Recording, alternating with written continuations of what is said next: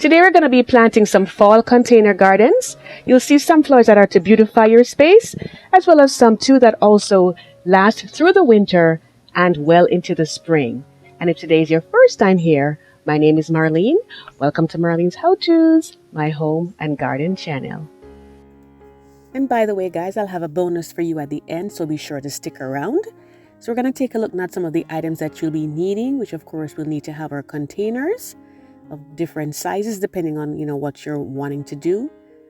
And down here we have our flowers. We have the chrysanthemums, those are the burgundy colored ones. We have our kale on the left and a smaller one there in the middle.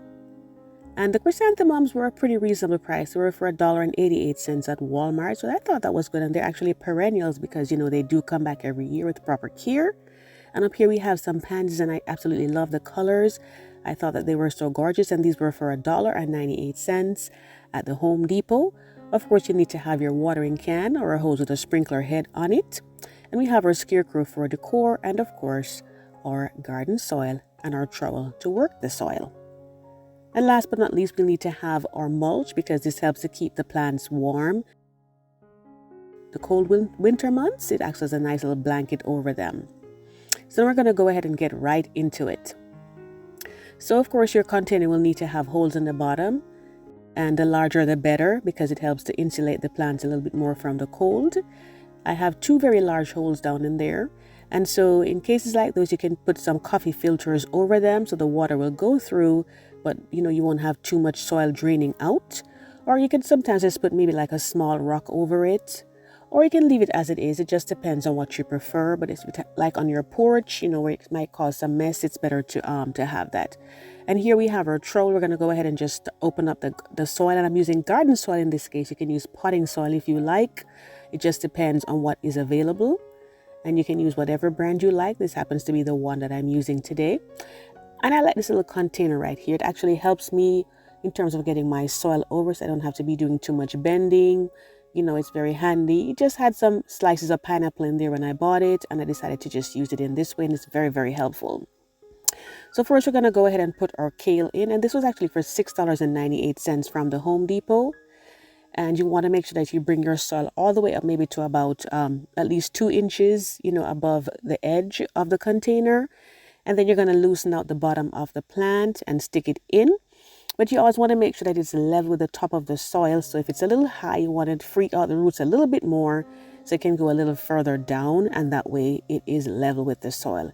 And you'll want to make sure that you go in and pull the soil from the container over the top, because if you leave it, and not cover it, then what's going to happen is that the moisture evaporates very, very quickly, and then your plants are going to be in more shock from the transplant process, and they're not going to do as well.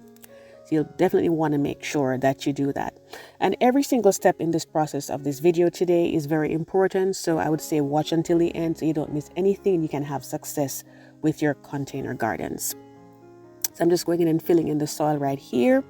And of course, you always want to go in and look all around to make sure that you cover it everywhere and it's as level as it can be.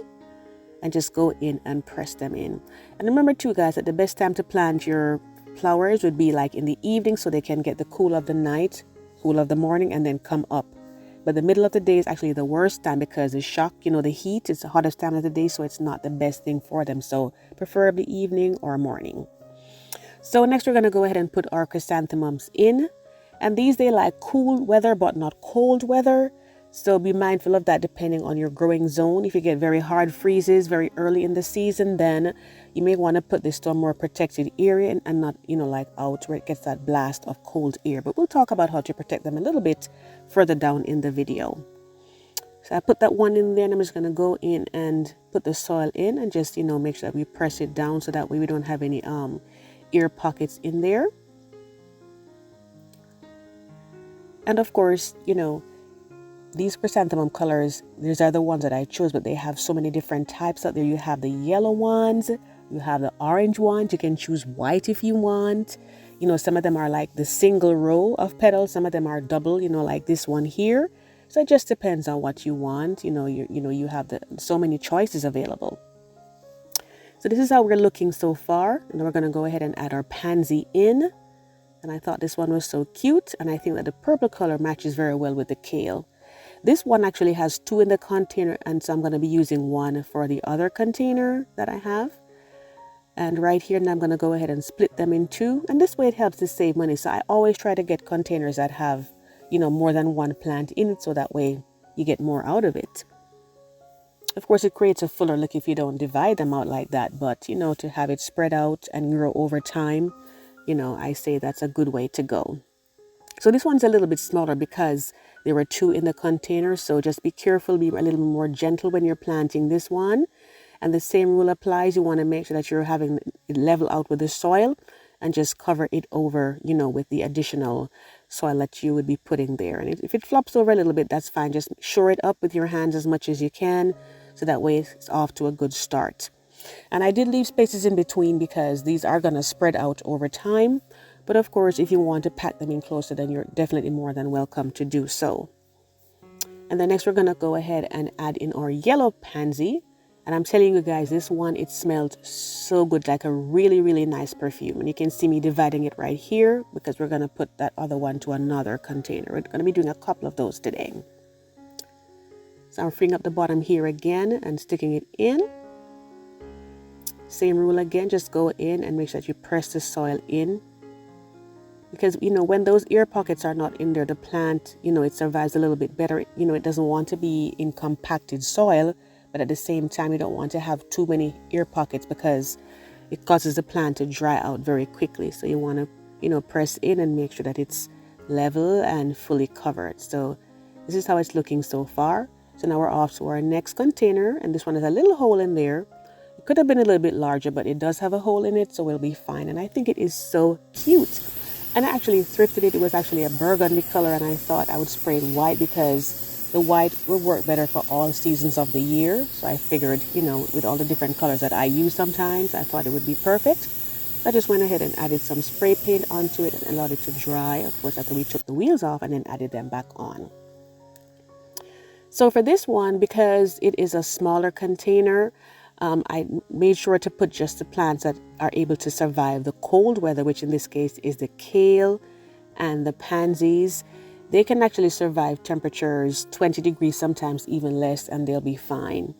They're very good for that purpose. So, when your plants are in smaller containers, they need a little bit more protection or something that's a little bit more able to tolerate the cold. So we're going to go ahead and put the smaller kale in there. And it's a little bit larger, this container, than it looks on the camera here. It's large enough to fit these, and they can spread out a little bit in it, as time goes by. This is just going to get larger, but the other plants, the pansies, those will spread out in the soil as we go along.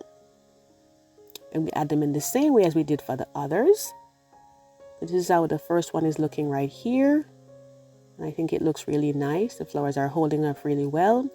This one, some of the flowers are spent. They're a little bit older, so they'll either perk up or, they'll fade out, and then the younger ones will come in. And this is our other one right here. And this is some extra ones that I had. So I just placed them in this. So because we're trying to use every single one that we have.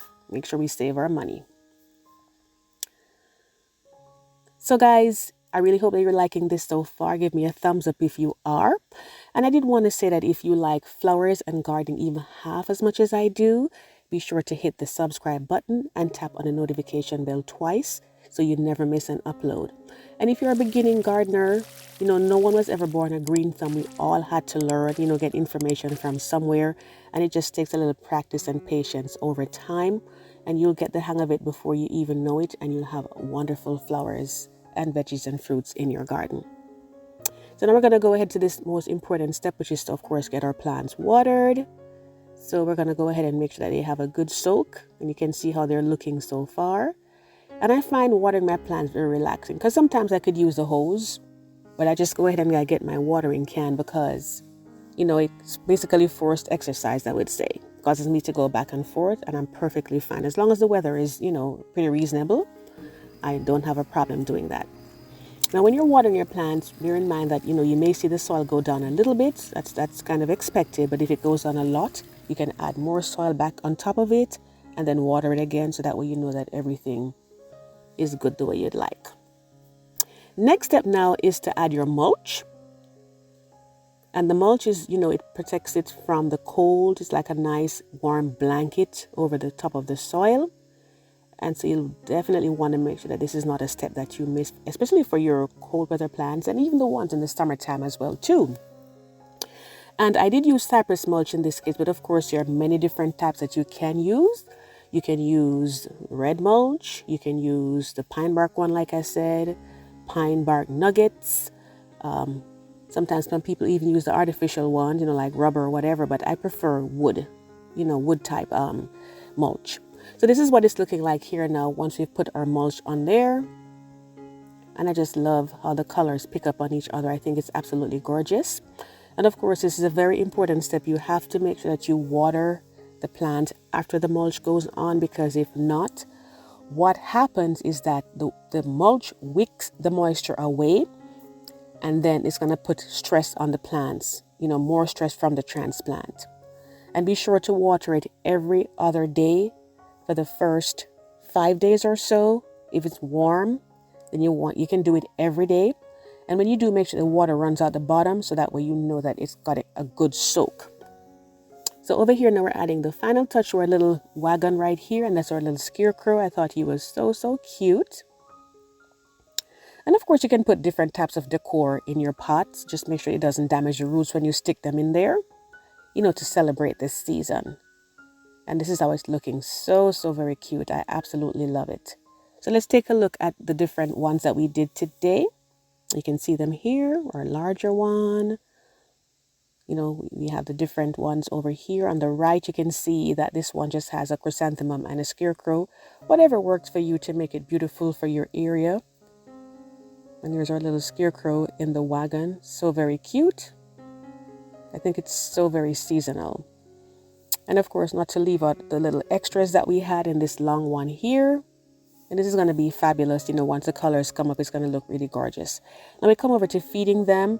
After maybe about 4 or 5 days, you'll want to feed them. Follow the instructions that are on the back of the box and water them. Make sure the soil is wet when you are going to water them with that solution of your plant food.